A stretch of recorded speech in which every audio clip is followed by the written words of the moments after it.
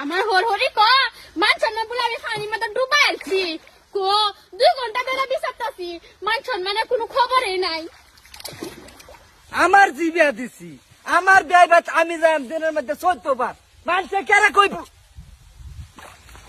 মিছা কথা কইলা লাগা জায়গা পানা আমার কি আবার বুদ্ধি নাই আমি বুদ্ধি হলো তো আমার মান সম্মান বিচারে বাহরবা।